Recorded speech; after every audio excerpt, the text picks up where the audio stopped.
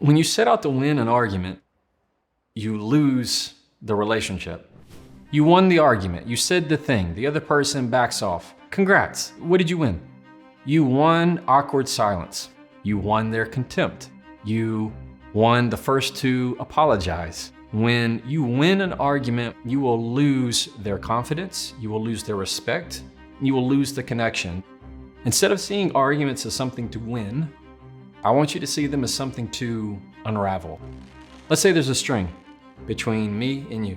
We're arguing about something, and I say, no, you have to go with my way. And you say, no, you have to go with my way.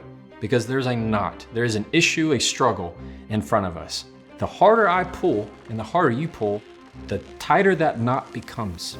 You know people that haven't spoken to someone in years because of how hard and for how long they pulled on an argument.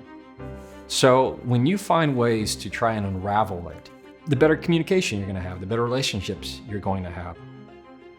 My name is Jefferson Fisher. I'm a board-certified trial attorney from Texas, and I'm the author of The Next Conversation: How to Argue Less and Talk More.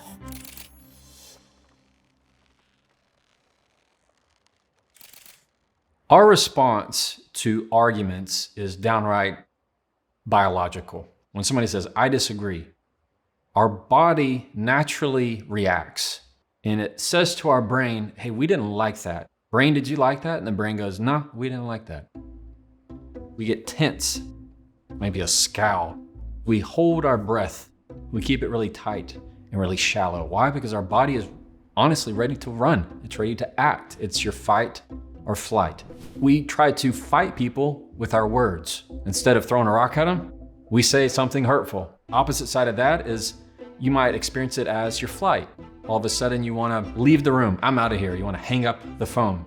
Every opinion that doesn't agree with you, it cues that in. So it's a natural part of us. But where you get the most benefit is in that moment between what they said and how you respond means everything. And when you can learn to control that moment right there, that is going to set you up for a much better conversation and a more effective communication. Where communication goes wrong is when I'm speaking, I'm looking for what's going to control you. I'm not looking for what's going to control me. And that makes all the difference. When I start to control myself, that is the only thing I can't control. But there are certain ways to do it. One is knowing already what your triggers are.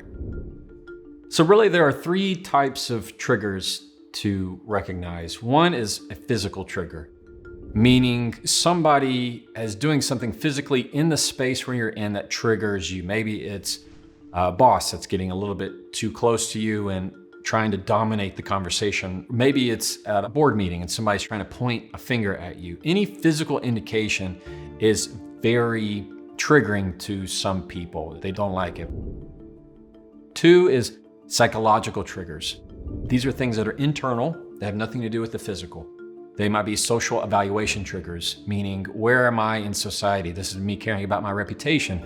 Are my friends going to like me? Are they not going to like me? Is this what I need to wear? Is this how I need to do my hair? You're constantly evaluating society and are you going to be included or not, or cast out? Another is personal identity, meaning there are elements in your life that have made up your identity. If I were to tell you a certain belief that you have is wrong, most likely I'm not just saying you're wrong. I'm saying your parents are wrong. I'm saying that thing you learned when you were at camp is all wrong, and you will do anything to the point of not listening to me just to protect that identity. The last is loss triggers. This is a deep fear of what am I going to lose? Am I going to lose this loved one? Not in the fact of are they going to exist or not, it's are they going to abandon me? Usually it triggers fear of abandonment. Am I going to be alone? Does nobody want to be with me? Am I going to lose my reputation, lose my job, lose my sense of security?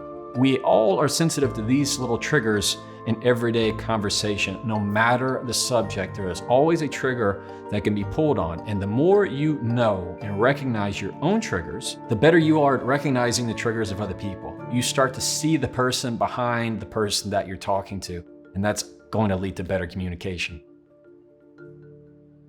There is a guiding principle of good communication, and if there's anything you remember, I hope it's this. When you go into conversation, have something to learn, not something to prove.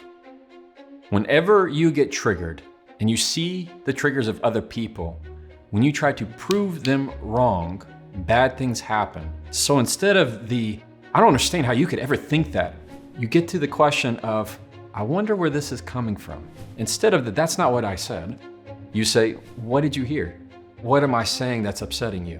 And instead of why can't you come my way, you begin to ask questions about how did this happen, or help me unravel the knot.